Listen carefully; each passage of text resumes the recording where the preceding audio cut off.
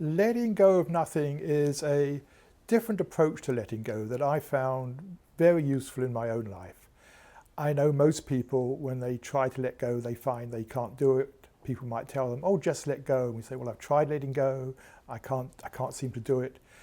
And I think part of the reason is that we think of letting go as something we do.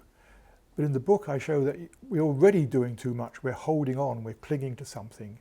And the approach I take is more creating the right mental conditions which allow the letting go to happen. And for that, I reframe letting go as letting in and letting be. And that may sound an unconventional approach, but it's something that I found is really effective in my own life.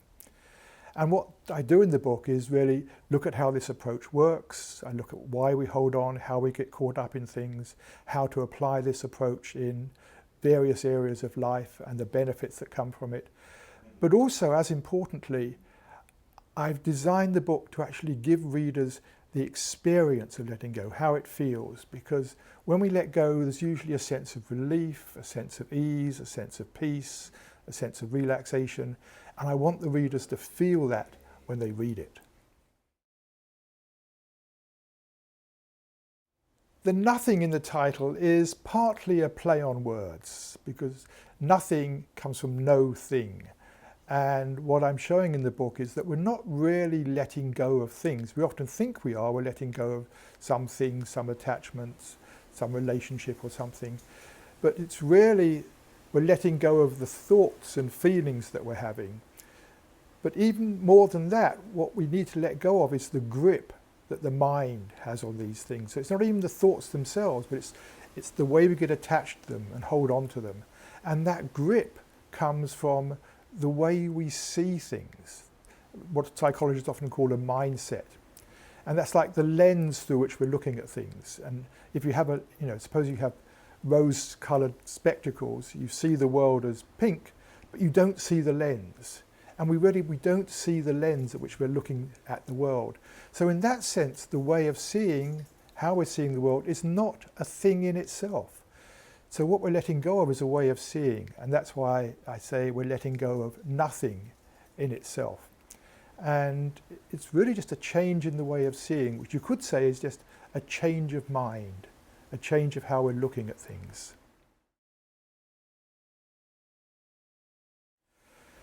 Many people have pointed out that part of letting go is actually letting be, which means allowing your experience in the moment to be as it is.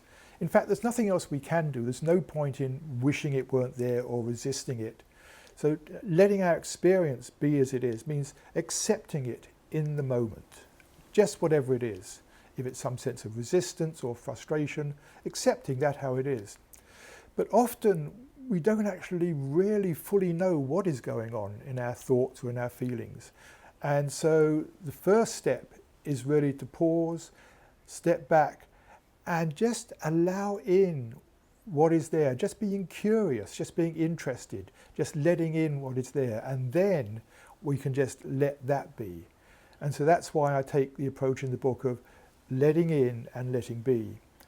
And what I do in the book is just apply this to many different situations, everyday situations, personal situations, even how we let go of ego. I think the same principle keeps applying again and again.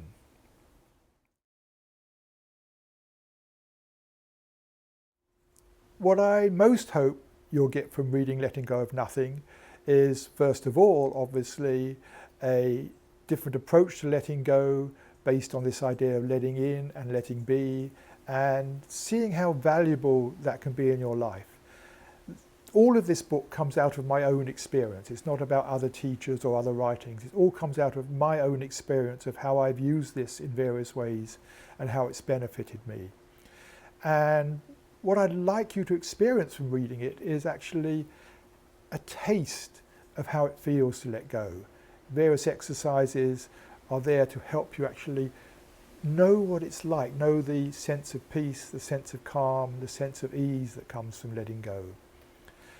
And also what I've done throughout the book is show how letting go is a common theme in all the world's mystical wisdom traditions, whether it's surrendering to a higher power, forgiveness, letting go of attachments, being in the present moment, they all entail letting go in some way or another.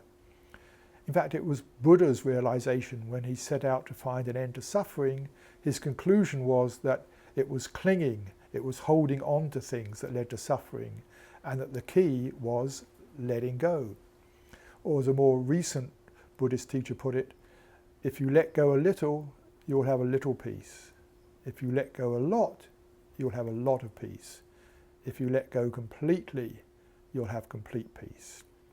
So my hope for you is that from reading this book, you'll have more peace in your life.